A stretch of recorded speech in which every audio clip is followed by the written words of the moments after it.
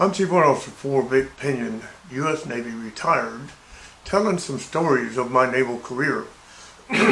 This story is about the USS Ranger's Chief Petty Officer's Mess, or I could also title it, The Value of Good Leadership and Management. I reported aboard the Ranger as a Chief Petty Officer, and I joined the Chief's Mess, like all the chiefs did at that time. Well, previously the Navy paid the chiefs their food allowance, or they paid the chief's mess the food allowance, and they still did. But previously, if you didn't use all of it, the chief mess could reimburse each individual chief a prorated amount of that refund. Well, we couldn't do that anymore. We had to use all the money or lose it. In any case, our chief's mess caterer was a Master Chief boiler technician transferred to shore duty. And he was replaced by an aviation ordnanceman who just didn't do a very good job of it. He bought all our materials from the general mess and used all our funds all the time, every month. So there was never a refund or never anything special. So we, after the chief's mess ran down, I mean bad, we weren't eating very good, and the morale deteriorated. So we decided we needed a better mess caterer, so we would fire this guy and elect a different one. Well, we did. We had a chief yeoman, worked for XO admin, said, I can square that mess away, and he wanted the job. Well, XO didn't want to let it go because he's a good man. But our Master Chief of the command, and happened to be the Chief Master at Arms, he was an aviation boatswain mate Master Chief, Harold Joseph. Good leader, hard-charging Master Chief. He said, I'll get him. Well, he didn't use exactly those words. He used a little bit of foul language, but I'm not going to repeat that. And make it long story short, he did get Chief Yeoman George Mancuso, who took charge of that chief mess and squared it away very quickly. And he cleaned the mess cooks up, even fired one first-class cook for doing slovenly work and bad-mouthing. So he fired him, got rid of him, replaced him with another chief, not another chief, another cook. And we started eating much better. Well, George didn't buy all of our food from the general mess. He would go shopping in civilian supermarkets and whatnot, and ashore in civilian markets, wherever he could get the best food for the best price. And man, we started eating like kings on that ship. And the officers became kind of jealous because some of the chiefs would invite their officers to come to the chief's mess, and the officer kept talking about, man, them chiefs eat like kings down there. And so they decided they can't be doing everything legal, so they investigated the chief's mess and found that George was straight up legal. He was doing everything straight up legal. He was just being a good leader and a good manager of everything, and under his purview. And we were only using about half our mess funding. That in itself is a good indicator of good leadership and good management. This man was one hell of a good manager and a good leader. In any case, we would, bunch of chiefs, we had certain foods that we liked all the time, and they decided they would feed us 21 hours a day in the chief's mess.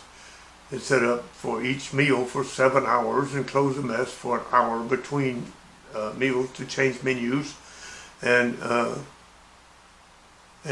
but we could go down there and eat anytime we wanted to, pretty much, except when it was closed for change menus and clean up. We had certain food items that were on the line 24/7, all the time. That we could go get a bowl of beans or soup or stew or whatever, chunk of cornbread or whatever. Anyway, peanut butter jelly, whatever we wanted there.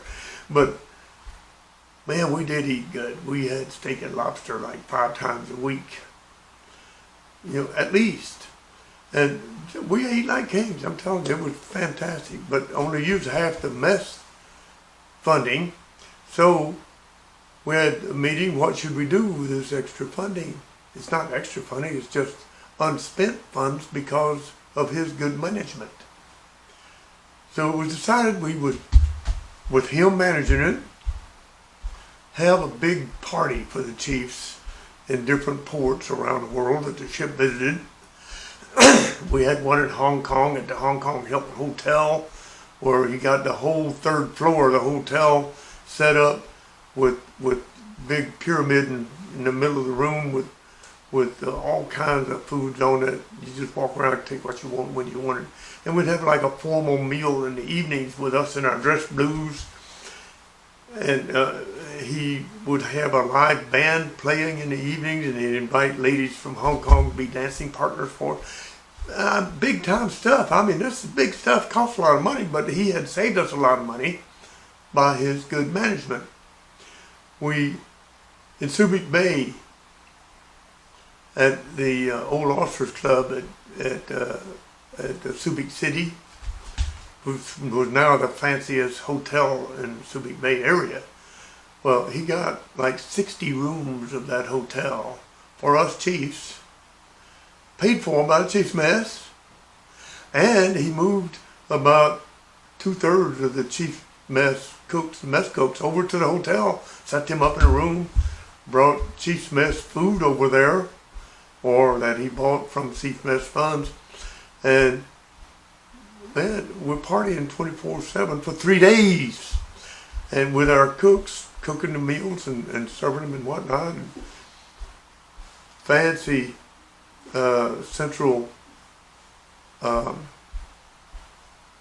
area of the hotel with a swimming pool there, and palm trees and whatnot. And